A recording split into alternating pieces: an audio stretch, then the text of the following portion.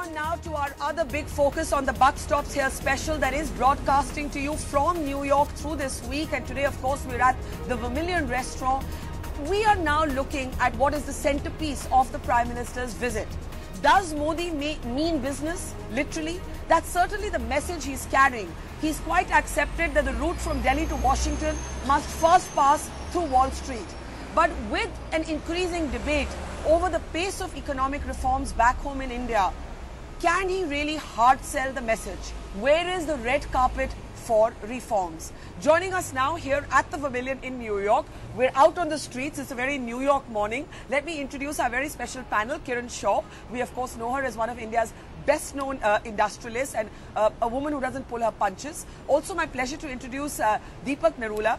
He is of course the head of Meta Capital Management, one of the best hedge fund managers. Rohini Day, the owner of Vermilion, but also a background with McKinsey. And economics, makes the very fascinating transition to being a foodie. And of course, joining me from Delhi, well-known economist and writer Surjit Bhalla is with us, and Siddharth Billa, well-known industrialist, is with us as well. Deepak, let me start with you.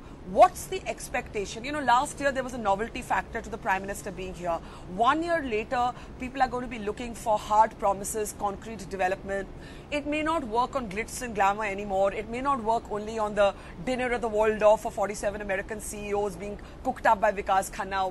What's the hardball facts and figures that American business is looking for? Well, I think a lot of optimism, as you point out, over the last year with Prime Minister Modi's election and all that he's promised. Some of the things that he has done are more symbolic, and certainly focus on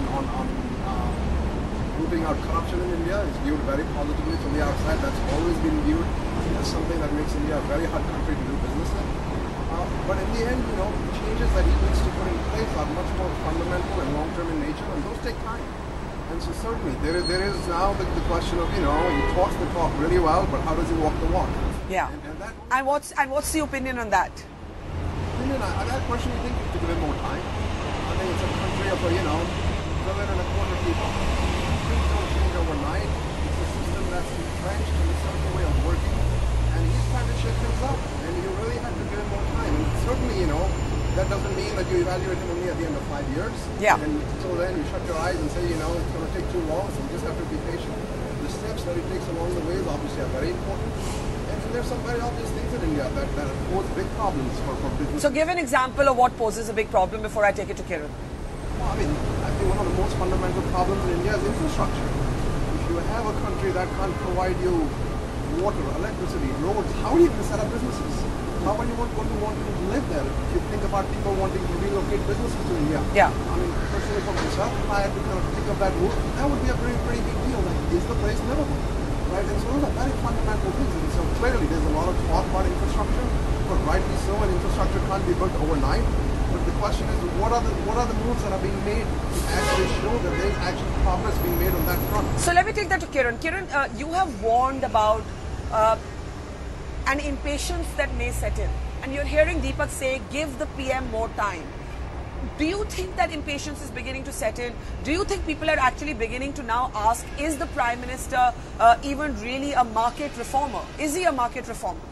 I think he is. I think there's no doubt about it that this focus on ease of doing business is going to change things. The fact that he came out with a ranking for the state governments also to be very, very focused on this ease of doing business challenge that India has is a step in the right direction. And as Deepak said, I think, we have actually had decades of a very command and control economy, a very over-regulated economy, and I think this is a legacy that the Prime Minister has to now dismantle in a very, very challenging way. But you and others, Rahul Bajaj, everybody's been expressing a lot of concern about the tax regime. And even when you come here, you hear all these questions about retrospective tax. MAT has gone, but a lot of people are saying, is that enough? When you look at the pace of reforms, does it worry you? Or are you, like Deepak, saying, okay, hang on, we can afford to be a little more patient? There are certain aspects of the reform process which need to be speeded up. Yeah. For example? For example, this whole aspect about, the taxation regime. There needs to be a very strong clear message that this is what the tax regime is going to be all about. I think there are certain regulatory, implementations that need to be done expeditiously. But other than that, I think if you look at a lot of the steps the government is taking in removing a large number of unnecessary rules and regulations, I think it's a step in the right direction. And as Deepak says, we are taking one step at a time, but we need to take those steps faster. Now, what in particular concerns you, especially about the tax regime? I think I think the infrastructure. Well, I think what Deepak has touched upon is extremely important. What really worries us is how are we going to address infrastructure development, and not just that, how are we going to finance infrastructure development? Because I think it's really sort of we are underestimating the challenge of funding and financing infrastructure. If we want private sector to come in and be a 50% partner to build this very important infrastructure, it's not going to be easy. We need to really focus on those policies. Yesterday I was at a very interesting panel discussion on China and US relations, and it's very interesting to see that China's real focus now on infrastructure development is about sanitation, sewerage and water.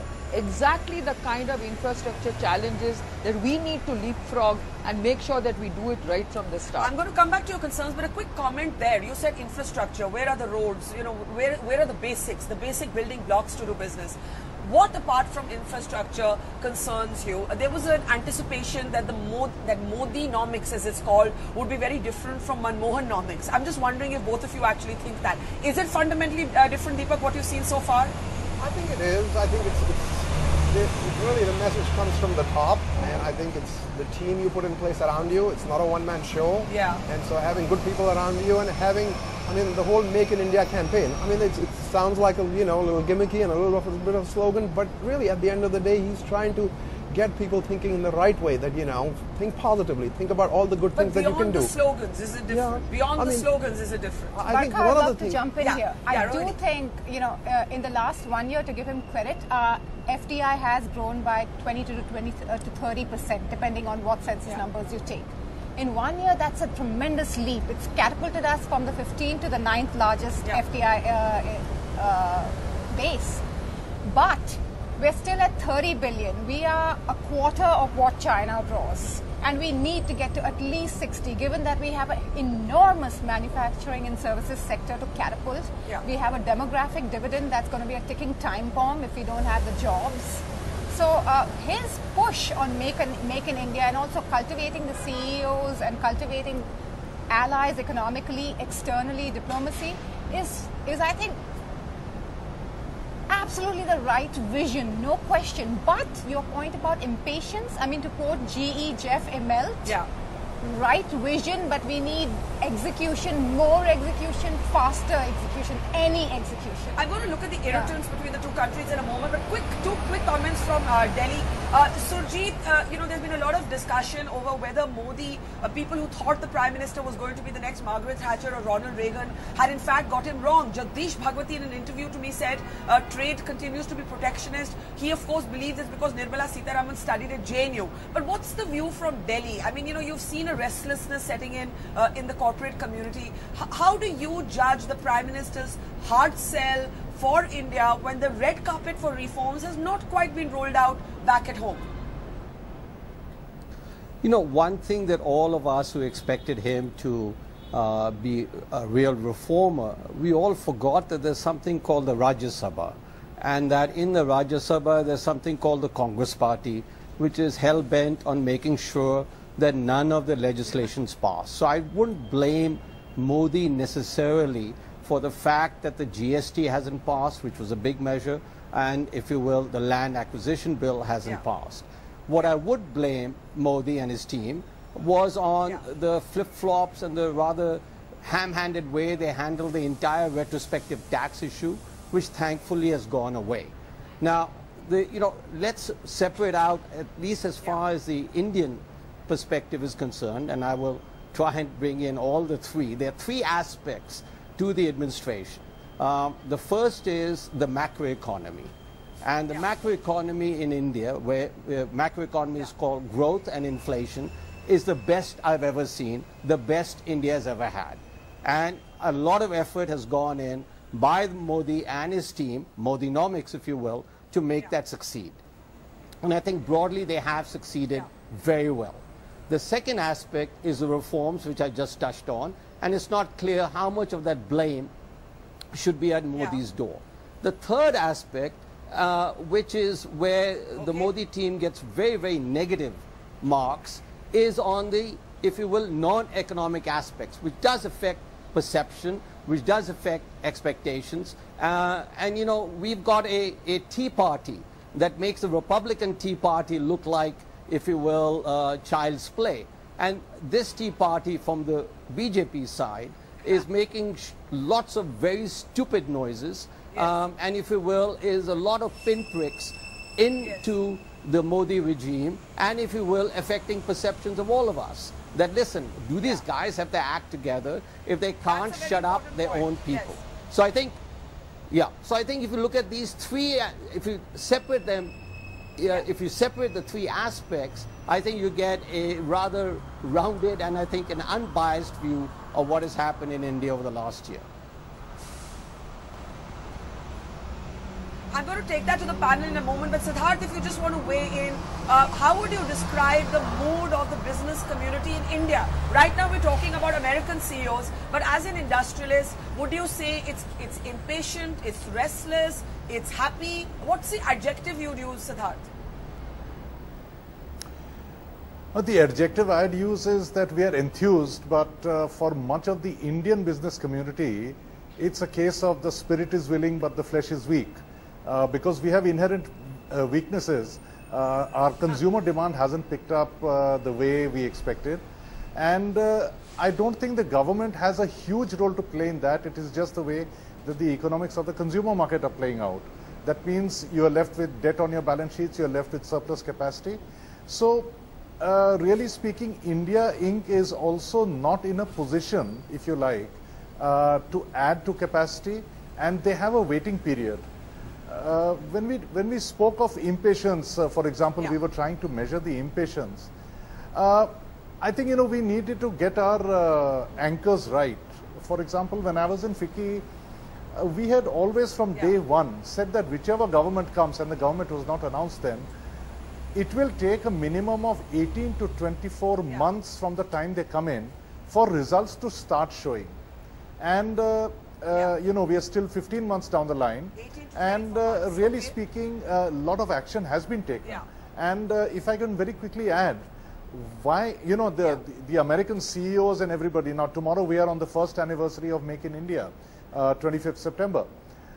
You know, every foreign CEO does a lot of their homework. They don't just line up to come and shake hands with the Prime Minister. Now, what is it? You know, the government spending is trying to push the economy. The other one is when the foreign manufacturers set up base in India to service the Indian market, because the economics are definitely in favor of make here versus import here. So the economics are in favor of that. The economics are not yet favoring domestic manufacturing to pick up, which is the third element which hopefully will kick in next year. Okay, let me just bring this back here now. Kiran, Surjit's point that some of the surround sound of what he calls the Indian Tea Party, you know, you have the sort of loony fringe, you sometimes have ministers in the government talking about cultural cleansing. Mahesh Sharma, as Rohini, I can see you've been following the news here. Surjit is linking it to the business environment, that it does impact the international image of India. Do you agree? Well, I think, you know, when I talk to the CEOs here in the US, I don't think that is really playing out. I mean, what are you hearing from them? I think they are very positive on what bodes good for India, but they have been saying that it is still very frustrating for them to start their businesses, operate their businesses, and they want clarity in terms of policies. And I think there is a lag phase. I think one of the panelists talked about, saying that, look, the Modi government is looking at how to dismantle a legacy issue, and it is going to take time before we really see that being sort of fixed. But you know, Kiran, in the meantime, I think what is happening is that we are being distracted by what you just described. The we surround don't- sound The of- surround of- sound is not required. Yeah. And I think that's where I think Modi has to rein in these fringe elements. That we don't need our headlines to be about beef ban and mutton ban So and I don't cultural think, cleansing and I all the don't rest think of that. that's going to impact investment in India per se. Yeah. But I think it's a nuisance value and we must avoid it. You know? So I disagree a little bit here, Kiran. I'm going to take a little bit of a different stance. I actually think it does a huge disservice to our image, not for investment per se, but also for tourism, for culture. I mean, we don't have to wallow in parochialism and insularity to be proud of our heritage. And his on the grounds of statements he's talking about cultural pollution, I actually think he should be replaced fundamentally. That's my perspective. Yeah, and you're saying that there's a messaging of India abroad and it hits that. Deepak, what is of the biggest concern? You know, I want to bring up something. I think Kiran will also want to come on it. We've been following this fascinating story of a pharma company here that decides to overnight just hike up the price of an AIDS, you know, a medicine for HIV. An anti-infection HIV, because he thinks he can make more money. Now, Indians look at this and say, you know, this is why we want protection for generic drugs. This is why we disagree on patents. You know, Kiran, I mean, I don't know if this is more your turf, but this is kind of brazen capitalism of the kind which just looks like greed. Well, I can tell you that... And therefore, Indians would say we are right to actually be disagreeing with the Americans on patent law. No, but let me tell you that this has not gone down well even in the US. In fact, you know, Turing Pharma... it's going to be cutting the price. Is actually... you know, been caught off guard, and I think they realize that they have done something and extremely damaging. And I think the biotech sector is livid about this kind of, you know, brazenness in trying to take advantage of a situation. Things like this will happen. I mean, these are one-off things. You can't judge a system, you can't judge a society, you can't judge a people by you know, these very fringe kind of moves that happen. And just one point I'd like to make about India. It is in a time where there is a lot of turmoil globally. You can see China is in distress, you can see Europe is in distress, you can see US equity markets have fallen also. One of the, you know, bright spots has been India. Even the stock market has fallen, the rupee has fallen, and that's not surprising, but it's done a lot better than a lot of other places. And one of the reasons is the Indian economy is really driven by domestic demand more than, so Make in India is great, but Make in India to sell to Indians is really what's driving things. And if you see some of the things... And who's going to spend the money? The problem in India right now is nobody's spending. The government isn't spending because they, you know, they want to cut down on their deficit. So where's the cash flow into the market? It's going to be the consumer in the end. And see some of the changes that are happening. I was talking about infrastructure earlier and pointing out, you know, things that don't work. There are some things in India that actually are really good. If you see, India today has close to 1 billion cell phone users. That's spectacular. Yeah. If you think about internet penetration in India, I guess we have a disagreement. If you think about bank accounts, there are close to 200 million new bank accounts that were opened. And what's the disagreement? So Deepak, I think it's closer to 300 million cell phone users, but maybe it's what's the whatever. Or maybe it's headed to a billion. But Maybe it's it's not. very patchy connections. Yeah. It's no broadband or even a fraction. So what we deem as connectivity on the fringe is really not as so deep. let me take this back to Delhi and we'll get final comments. Surjit, you said we all forgot there's a thing called the Rajya Sabha, and that explains why goods and services tax, land acquisition ran into rough weather. But there's also one theory that Mr. Modi may not quite be the free market reformer that people thought he would be. He also has the RSS, whose economics are closer to the left than they are to Manmohan Singh even. Surjit. Yeah, no. We know that the economics of the RSS is identical to the economics of the left and is identical to the economics of the Sonia Gandhi Congress. That we knew all along. But I do think that the perception that I had of Modi being a market reformer remains. I think he's very much a market reformer. As some of the panelists have pointed out, the entire Make in India business cannot really operate unless we reform. I'll tell you one other thing why he's a genuine market reformer. For the first time in India's 67 or 68-year history, we have that, you know, being an entrepreneur and making a profit is not something evil. That has been the perception in India of every government, especially the Congress government, over most of our post-independence period. That is beginning to change. But he is on the defensive about the Soot Sarkar Jai. Surjit, I would disagree with you there. I would disagree.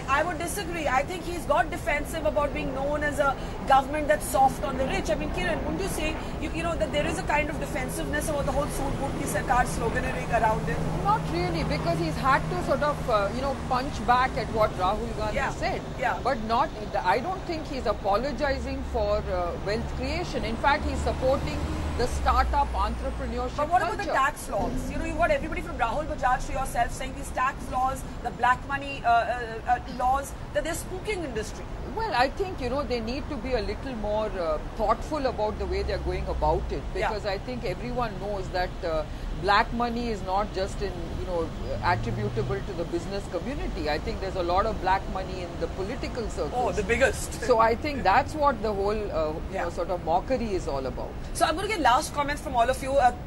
30 seconds to everybody. Siddharth, what's the biggest concern in the chambers of commerce and business back home in India?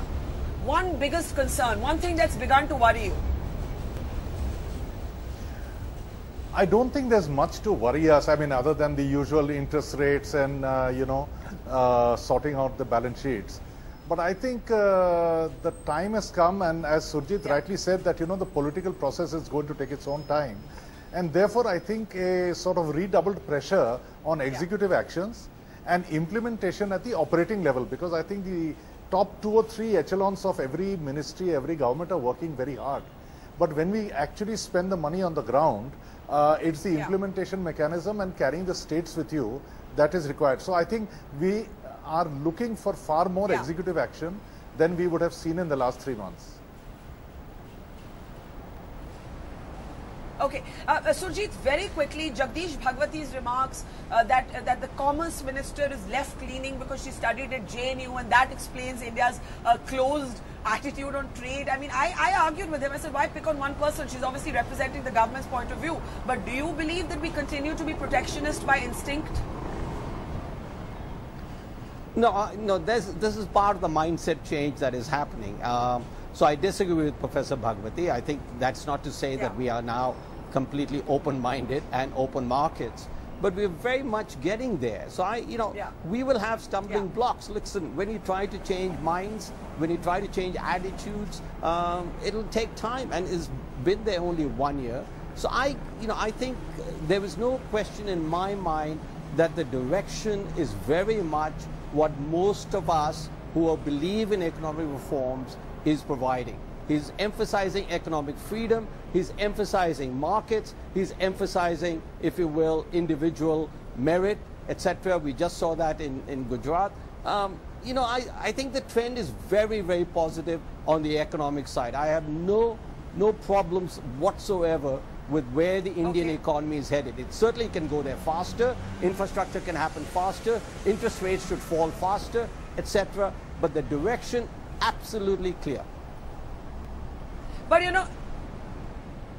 But we're already hearing, Kiran, that there was a JP Morgan roundtable of CEOs that the Prime Minister has attended this morning. There's going to be later today a dinner with 47 American CEOs. The concerns that are being flagged are deregulation not happening fast enough and tax laws. And dispute resolution. And this has been raised at the highest level at that round table. Deregulation not fast enough and the tax regime. How do you weigh in on these concerns by American CEOs? I want to ask all of you as last comments. Kiran.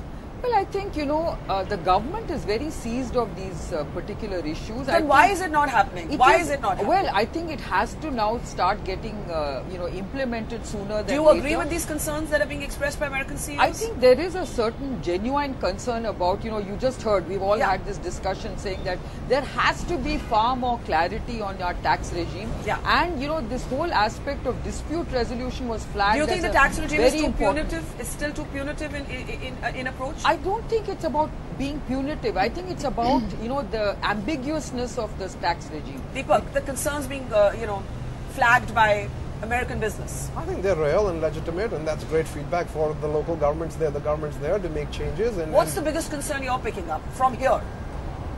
I guess I still drink the Modi Kool-Aid, so I'm a buyer, right? Still drink the Modi Kool-Aid, okay. So I think the concern is the pace. I think most people feel the direction is the right direction. And, if you That's a huge change. I mean, until recently, the direction wasn't the right direction. So direction is good, speed isn't yeah, so speed, good. obviously, and that's to be expected. Rohini, quickly, and I'll give Kiran the last word. He is losing the sheen. And Losing the sheen and has a limited period. We'd hope for much more. Manmohan did wonders in 91. We hope for double of that for Modi. It's been 18 months. But you had corruption as a headline then, and the one big And change we must have emphasize is that corruption is not a story coming out of India. There are other unwanted headlines, True, but not but corruption. certain scandals are arising. That being said, he's done plenty to clean up, and I hope that will pay off. Biggest concern between deregulation not happening, tax regime, dispute resolution. What would you flag? What are you picking up from your American friends? I think, it's really about what Deepak is saying. The direction is right, but the speed has to improve. We leave it there. Kiran Shaw, Deepak Narula, Rohini Dey, Sujit Bhalla, Siddharth Birla, thank you so much. Pleasure to have all of you on this special episode of The Buck Stops Here. We'll be taking a break and there's more coming up on the other side.